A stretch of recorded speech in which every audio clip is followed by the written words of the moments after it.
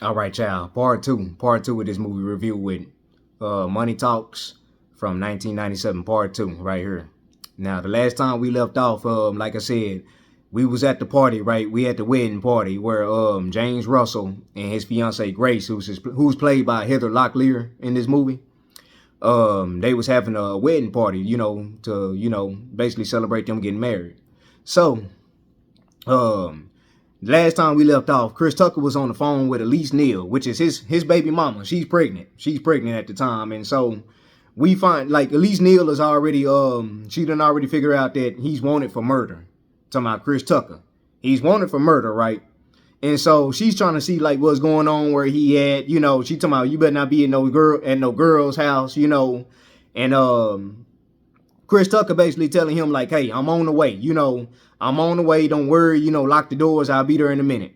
And so we could see, first of all, we could see Mr. Cipriani, which is James Russell, Charlie Sheen's father-in-law in this movie, played by Paul Sorvino. He's right outside the door, like he was basically listening to everything that Chris Tucker was saying the whole time. He's going like, hey, is everything? He's going like Victor Moan. Keep in mind, Chris Tucker done ran out with this whole name, this whole alias talking about his name is Victor Moan. He talking about Vic. Is everything okay? If somebody's bothering you? And Chris Tucker talking about something, everything's okay. Sammy Davis Jr. done got in trouble again. Everything's okay. He's over there just making stuff up. So we fast forward and now, Charlie Sheen is basically kind of harassing, Chris Tucker. Now, keep in mind, Charlie Sheen is the only reason why all this is happening. Charlie Sheen was the one that called the police on Chris Tucker at the car wash and got him busted, for nothing. So he's basically talking about, who did you call? Who you call your partner, right? You call your partner. I mean, he's basically trying to give, Chris Tucker, the third degree on like what he's doing. And so, Chris Tucker telling him, I didn't call no partner, man. I'm talking to my baby mama. She's pregnant. She need me and I'm out. You know what I'm saying? I'm going to go see my baby mama. And so we get to his baby mama's apartment, and keep in mind, played by Elise O'Neal. We get there and first of all, it's a stakeout. It's two cops. It's two cops that's outside the apartment. One of the cops his name is Bobby Pickett, Lieutenant Bobby Pickett. And he's played by Paul Gleason. I think a lot of people is familiar with Paul Gleason. He's played by Paul Gleason in this movie. His name is Bobby Pickett. Keep in mind. He's sitting out there with another cop, and they just sitting in his truck where they basically keeping surveillance of Chris Tucker's baby mama's place, the apartment that they going to. So they basically like surveying it and keeping surveillance on it and stuff. So next thing we know, Chris Tucker arrives and he's greeted with a baseball bat. I mean, Elise Neal, the time he comes in, she swings a bat at him, barely missing him. And Chris Tucker basically saying, hey, calm down. It's me. I'm here. I'm here for you. I'm coming here to check on you. And, she's clearly upset because, she done found out that he's wanted for murder. And it's like, she don't know what's going on. She just want answers, right? She's pregnant and she just want answers. So Charlie Sheen is with him. Charlie Sheen is with Chris Tucker. And so basically when they get to the apartment, Chris is explaining to his baby mama what's going on. He going like, hey, I didn't kill nobody, This is my friend. He's basically using Charlie Sheen. He's saying, this is my friend. He's going to get me out of this trouble. And keep in mind, Charlie Sheen is the reason why he in this trouble. But he's saying that, this is my friend. He's going to get me out of this trouble. And, everything's going to be okay. Next thing we know, the police show up to the front door. And they knock on the door. And they talking about, hey, we looking for Franklin Hatchet, which is Chris Tucker. That's his character name in this movie. We looking for Franklin. And before they could even get two words out, they kicked the door in. But by that time, Franklin and James Russell done went through a window. They went through a back window. And now they on top of a roof. They on top of the roofs of the apartments. Right? And so they trying to get away from the police. And so it's a big chase. It's a little chase that's going on. And they hopping. I'm talking about like James and Franklin. They hopping from building to building. Literally hopping from building to building taking, putting their life in risk and, just making these huge jumps, to the next building. They on top of the roof. So they jumping on different roofs. So they getting away from the police. The police are just shooting at them. You know what I'm saying? And next thing we know, they get away. We talking about James Russell and Franklin Hatchet. They get away. And so, fast forward, we see them get into a car. We see them get into James' car. And they go into this alleyway, right? They go into this alleyway where it's like a door. It's like a hidden area, and it's like a door that, they approach. So they knock on the door. James and Franklin knock on the door. And they are greeted with this bodyguard dude. This big, wide bodyguard dude greets them at the door when they knock on it. And they basically, the bodyguard was like, what you want? And Franklin, Chris Tucker, was like, hey, I'm here to see Aaron. You know what I'm saying? This guy named Aaron. And then immediately the bodyguard dude was like, no, Aaron don't know no damn Franklin. Like basically trying to, trying to get them to go away. He basically like ain't trying to have nothing to do with them. You know what I'm saying? But no, Franklin basically stood his ground. He was like, no, I was there when Aaron shot baby boy in MacArthur Park. And the bodyguard was like, where he shoot him? At MacArthur Park. And then now he was like, where he shoot him? In the ass. So everybody know he got shot in the ass. And that's when he let Franklin and James Russell inside the place, right?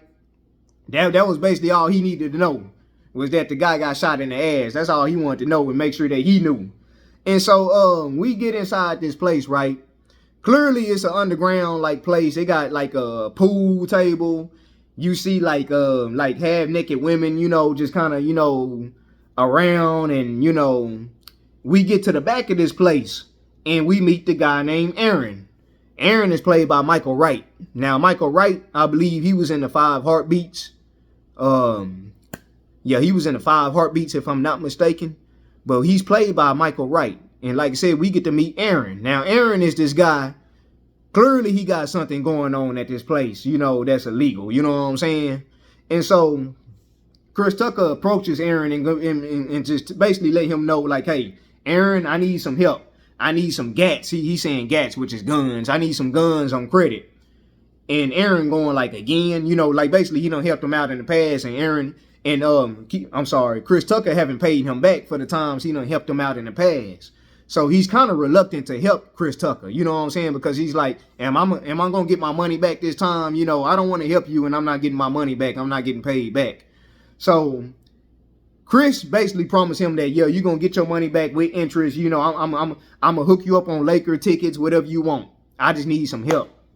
And so next thing we know, Aaron gets up and he goes to this hidden little corner. It's like a curtain, but it's like if you walk in there, it's like you wouldn't even know what was there. It's a curtain, and behind the curtain, it's a hidden door. It's like a safe. And he opens up the safe, and we see nothing but guns. We see nothing but like rocket launchers, pistols hanging on the wall, assault rifles. I mean, this man got everything in there. And so, and I'm going to say this right off the back, Aaron is the type of guy that you need on your side, bro. Like if you in some, some trouble, and you in something, that's real deep, you need to go to a guy like Aaron. Everybody can use a guy like Aaron. I wish I had a guy like Aaron right now. You know what I'm saying? But so we get inside this place where he got all these guns, and basically Chris Tucker was basically, going in there hand picking his guns, saying, I'll take a couple of these, he just picking up pistols. And basically what he was just telling Chris, like, hey man, if you need any trouble, if you need any help and you get into a lot of trouble, more trouble, call me. I'm here. And so he said, yeah, of course I'll call you, and that's when they leave. That's when they leave Aaron's spot. So now Chris done got his guns. He done got some protection. He know people is after him, right? He done got some guns to protect himself, from harm. So fast forward now. Now this is the deal. When they was breaking, keep in mind, when we go back to the beginning of the movie, when they got Chris Tucker and Frenchie off of that bus, we didn't talk about the fact that when they got on that helicopter, they started talking about some diamonds. They started talking about some diamonds that was at this auto expo or something, some type of car show where they sell cars. Basically, it's a place where they auction out beautiful cars, antique cars, and they auction them off. And what the Bray and Frenchie was talking about in French that they thought that Chris wasn't picking up on was that it was some diamonds inside a Jaguar. It's some diamonds inside a Jaguar that's worth $15 million. And so Chris picked up on that.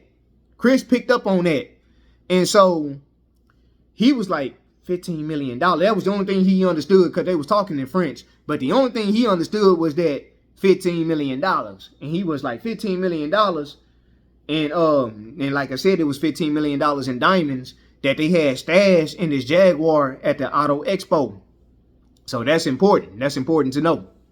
So fast forward. We done left Aaron's place, right? We done left Aaron's place. And now they're going to basically they're going back to Charlie Sheen's father-in-law house, the big place, you know, the big mansion.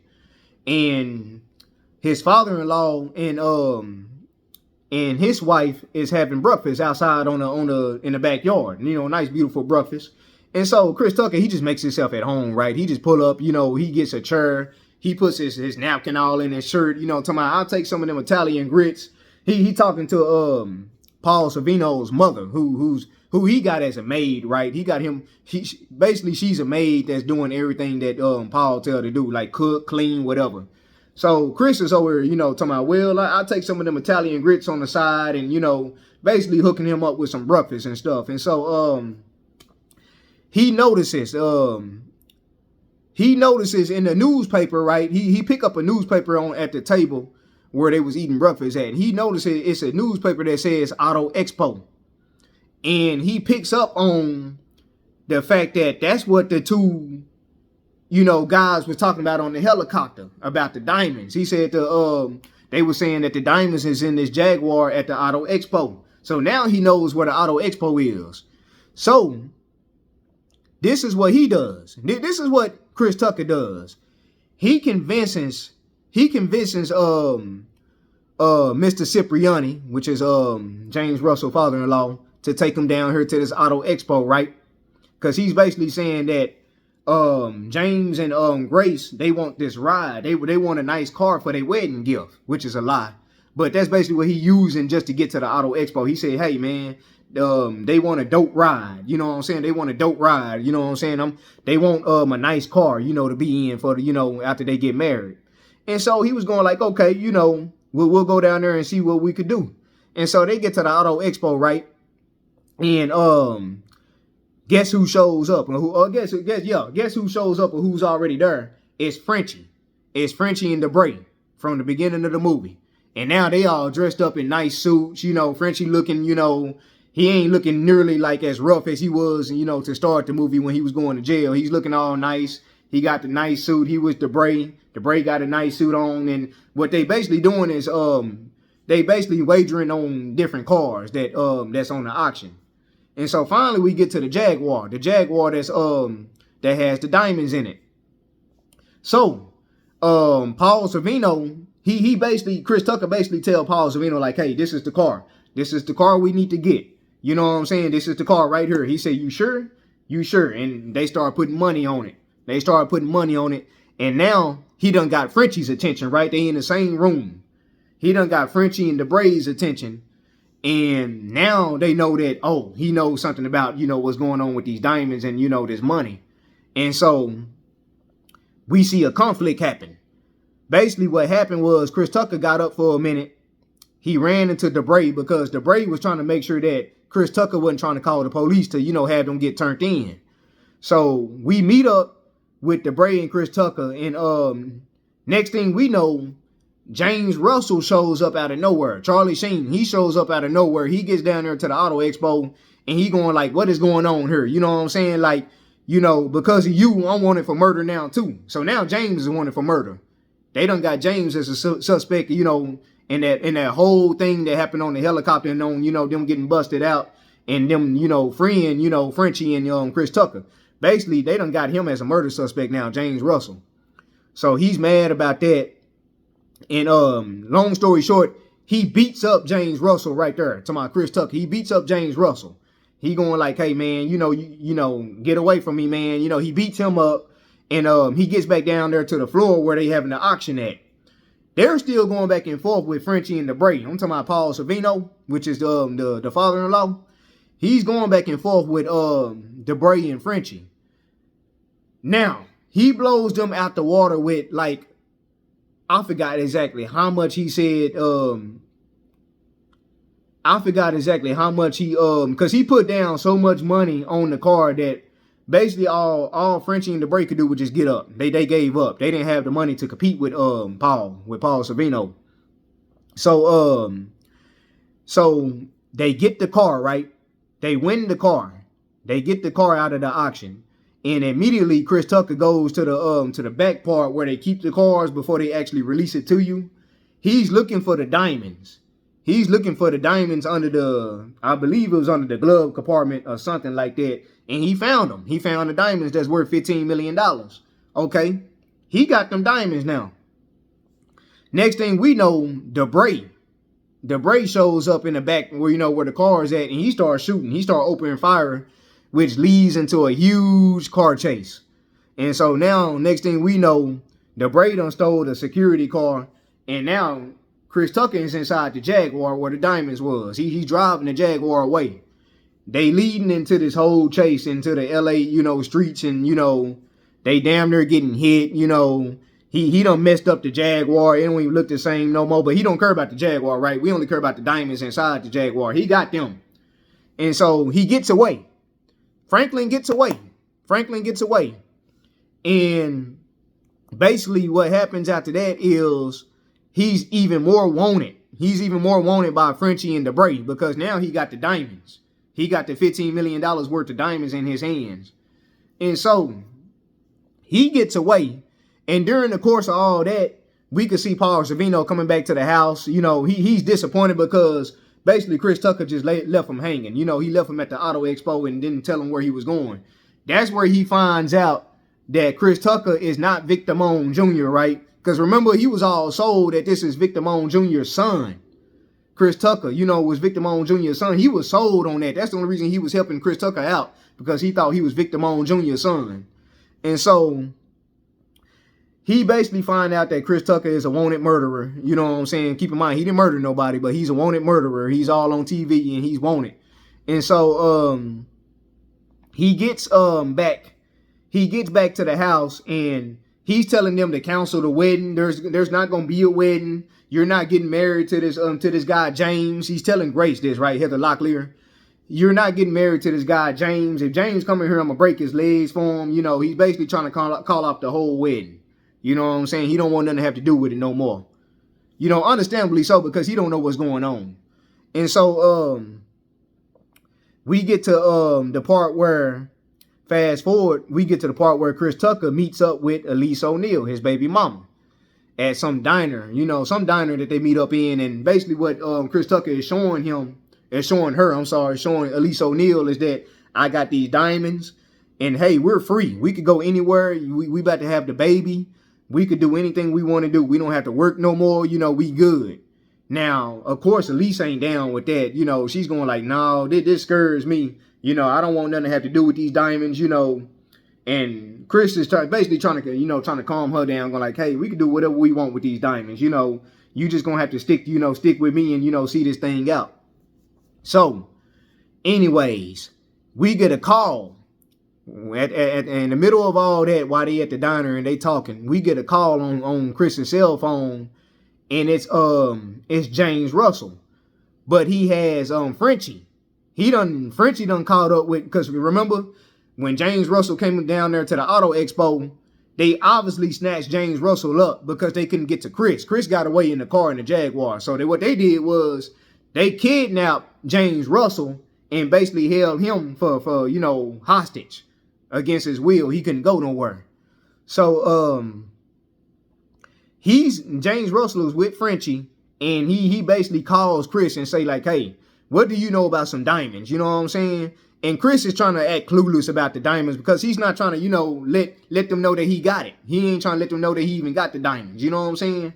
He's acting clueless about the diamonds, saying, what about some diamonds? And James gonna talk about, you know about the diamonds, the diamonds. Shit, and Chris over there talking about, well, tell him to shoot you in the indulum obligatum. You know what I'm saying? If you get shot there, you won't feel shit. That's basically what Chris Tucker is telling James Russell to tell the bad guy to do to him, so he could not feel anything when he gets shot. And basically taking this as a joke, but being he knows what's going on. He know that James is in trouble, right? Okay, so now we getting to the point where it's like they want to meet up with Chris and get these diamonds from him, of course. So basically, they was trying to get Chris to meet them at some type of place that Chris wasn't really familiar with. He was going like, nah, we gonna meet on my turf. We gonna meet on my turf. We gonna meet where I say we meet. And so that's when he brings up the LA Coliseum. We back at the Coliseum, right? And so he brings up the Coliseum and say, hey, meet me at the Coliseum 3 a.m. You know what I'm saying? We meet where we say we meet. And if James ain't alive, you can kiss them diamonds goodbye. So basically, that's the whole deal. It's like, hey, I'll meet you at the Coliseum. You could get these diamonds, but you got to keep James alive. So, okay, deal. So now, this is what he's doing. This is what Chris Tucker is doing. He's getting rolling. And let me go ahead and we're going to make a part 3 to this video. Yeah, we'll be back.